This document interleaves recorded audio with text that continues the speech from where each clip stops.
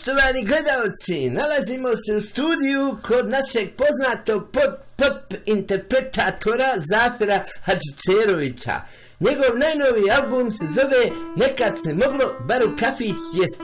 A mi razgovaramo sa frontmanom Zafirom. Gdje si, Zafa, legendo? Šta ima? Gdje si, Rajo, gdje si, bolan? Pa evo, komponujem neku stvar, nešto novo za neku novu pjesmu, bolan. A jel? A kakav ti ovo crtež, materit? Aj, to ti nije crtež, ba. To su ti note. Molim? Note idiote. Ha note. Da, bolan. Ne diraj mi bubrege, spalio te grom, hirurgio, brate, napravit ću lom.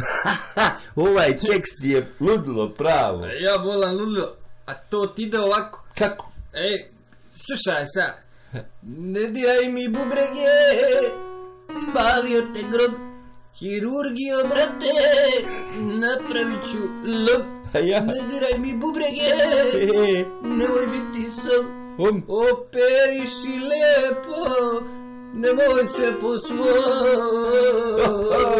Ja, bolan.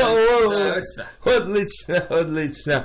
A možemo li čuti nešto ekskluzivno u vezi te pjesme? A šta da ti kažem, bolan, imam jednog dragog kolegu koji gostuje na ovoj numeri, to ti je čuveni MC Probo. MC Probo, kakav će to biti spot? Probo i ti, ne vjerujem. Eto, malo ja probao, pa kako ispadne? A znajući koliko ste dobri ovo i ti Probo, mislim da će to biti unaprijed u najavi. A ja, bolan, čak, znaš kako kažu, svaki trut se isplati. Odlična poruka. Pa da tako i odjavimo ovu reportažu, čuli ste, trut se isplati. Naime, malo je poznato da vredne pčele koriste uginulog truta kako bi preko njega dospele do platforme na kojoj će sagraditi svoj novi dom. Voltora, ja bolan. To traje malo duže i treba dosta truda, ali na kraju trut se ipak isplati. Toliko od nas. Vidimo se opet sljedeće nedjelje. Bye bye.